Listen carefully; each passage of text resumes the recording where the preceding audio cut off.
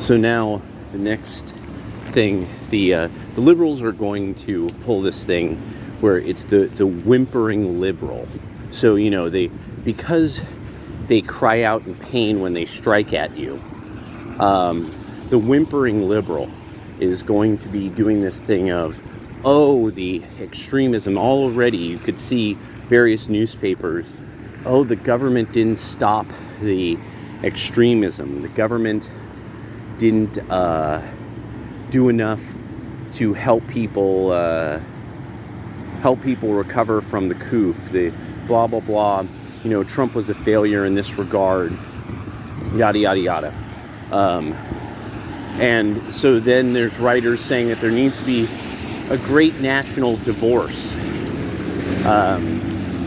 That the two political sides can't get along. Now, of course, this is the effeminate garbage whore mentality of, oh no, I don't have to change.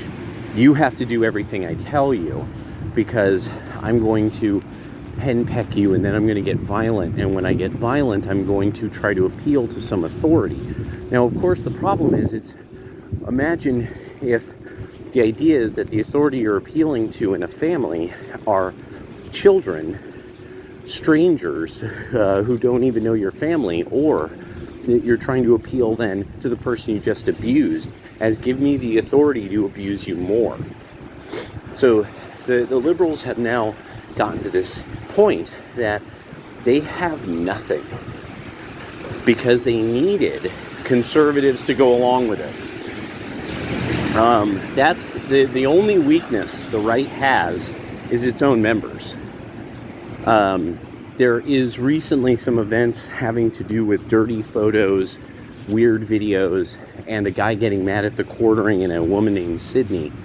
That kind of shows this. Charlottesville was one of these that showed this. The worst enemy the right has is some of its own members who can't just be kind of normal. I mean, that there's a certain stage, like Aaron Clarey is a firebrand character. I never expect anything other than maybe Aaron Clarey getting somebody angry at him. And that happened. Bernard Chapin and Aaron Clarey had a falling out. Both of them were actually really good about it. And both of them were very gentlemanly about it. They agreed to disagree of sorts, in a way. And that's how that's handled. That's good. That's the way it should be done. That the right's enemy is itself. Its own members trying to grift, trying to backbite, biting at each other's ankles, trying to pocket check each other. Pocket watching each other. And that's low-minded, it's effeminate, it's ghetto, it's trashy. It's very human, and that's the hard part. As one of the Orthodox brothers was telling me, and I've had to actually accept this, because now I'll openly admit that now I see the Protestants post theological stuff, and I'm just like, let me quote Saint Simeon. I'm just at that stage now. This is preposterous. You drunken Freemasons.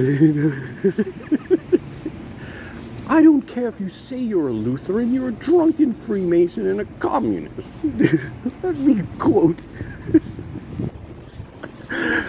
If that were true, sir, then why for 500 years did the Christian church, but that's the thing. I don't want to be also that dude on the right who starts doing that, battling the Anglicans. And then it's this thing of, I was like, what? Why does this Anglican guy keep posting all this stuff, blah, blah, blah? And then they would post weird things about justification and blah, blah, blah. And I'm like, holy crap, dude. Okay, let me just make this simple. Gay Anglican. Oh, the Anglicans are trying to figure out how to gay up the church. Yeah, they are. Oh, the Anglican. gay priests, women priests. Oh, women priests. Yes, of course. Of course. Of course, because you see, tradition doesn't really matter. It doesn't. It's that see, Jesus would be okay with that. He would be cool. That's what Anglicanism seems to be. Jesus is cool with that. That's what I keep getting. Almost every Protestant group, Jesus would be cool with that, except for you. There's a few of you. You're the old-fashioned Protestants. You're those Greater Appalachia people, and I love you. Oh, Jesus wouldn't be okay with that. I don't know where y'all from. He wouldn't be okay with that. And I like that. I'm starting to like, you're gonna burn in hell for that kind of Christians more and more and more every day. And it's just that moment where you're like, yeah, here's a cup for water, you poor soul. Hands all fucking big from the drugs, and nails all got like poop and cigarettes under their fingernails. You're like, oh God, dude, don't touch me. And and then you just realize what a lot of these, some of these, they need a place that won't let them out.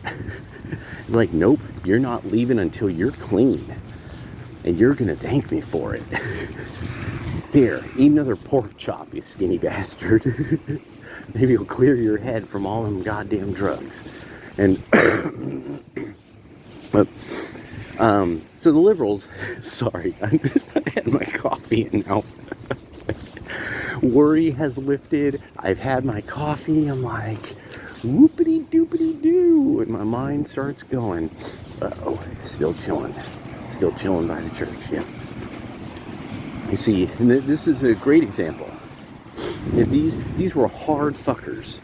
If what this was about was Christianity being hard, they would be open. And when the police every day, the police would show up and there would be a bunch of boyos right out there, arms crossed. Like, son, I know your family. I know your grandma. I'm going to make sure to tell your grandma that you shut down the church so that the homeless people couldn't have a place to eat. I'm going to make sure of that. And you're going to hear about it when she next time you go over to her house for a meal. That's what it should be. Hardcore fucking shame. And that the right has that on the left.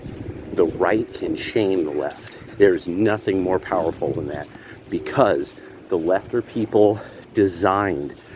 They were genetically designed to feel shame. They were bred this way. This is why they appeal to their ideas as if they're in a religious way. They know what shame is. This is why they use the tactics they use. This is why they use sign language. They know what shame is. You shame them and you use harsh terms. That's why I use the terms I do, because it helps me. It helps me look at myself with a lot more candor. And that's what's up. The future of this is going to be not so much a national divorce, but fundamentally the constant, the right wing being like, you could do that if you want because you are free to. I don't do it because that's, my choice, blah, blah, blah.